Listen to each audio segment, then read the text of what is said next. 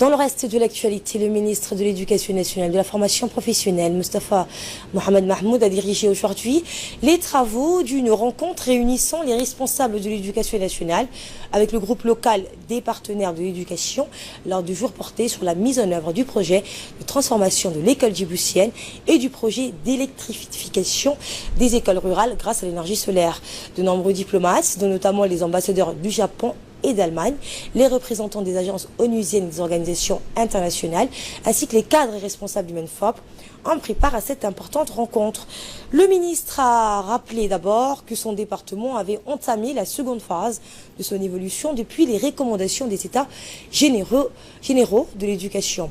Nous sommes, a-t-il dit, à un tournant de l'histoire de notre système éducatif qui vise aujourd'hui la mise en place d'une école inclusive et de qualité, a ainsi déclaré le ministre de l'Éducation nationale. Une vision partagée par la représentante de l'UNICEF, Madame Djenabou Maondé, qui est également chef de file du groupe local des partenaires de l'éducation.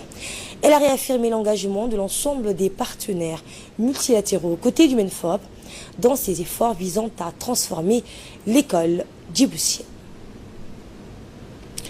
Et le secrétaire général du MENFOP, Mohamed Abdallah Mahyoub, a fait une large présentation du plan d'action du ministère de l'Éducation.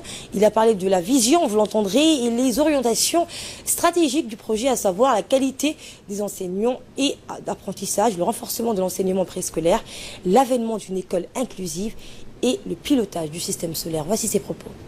Et donc aujourd'hui, la discussion avec le partenaire, tous les partenaires de l'éducation qui étaient venus d'ailleurs assez nombreux, et pour cela nous les remercions. La discussion a porté justement sur la qualité, comment améliorer de manière sensible la qualité des enseignements apprentissage et quelles sont les différentes activités que l'on doit mettre en place pour vraiment réaliser ces défis.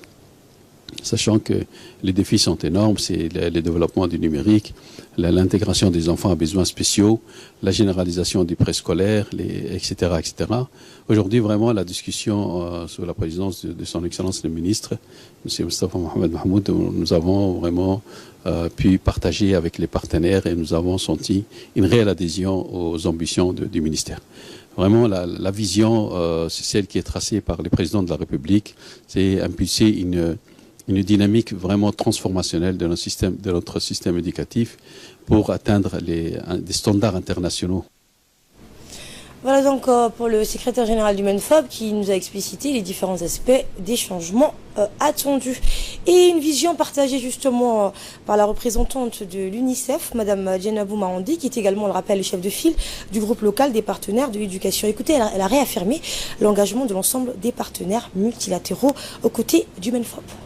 Aujourd'hui, nous avons assisté dans le cadre du partenariat local sur l'éducation avec donc tous les partenaires qui s'associent au ministère de l'Éducation et de la formation professionnelle pour s'assurer que l'école devienne une école de qualité à Djibouti. Nous nous sommes donc associés pour écouter et poursuivre les différentes présentations que le ministère a élaborées dans le cadre de sa vision transformatrice du système éducatif de Djibouti. Nous, à l'UNICEF, en tant que chef de file, nous allons continuer à accompagner le ministère pour mobiliser les partenaires autour de la table, pour assurer que tout ce qui est relatif à l'assistance technique et l'assistance financière soit disponible pour assurer que la vision soit réalisée.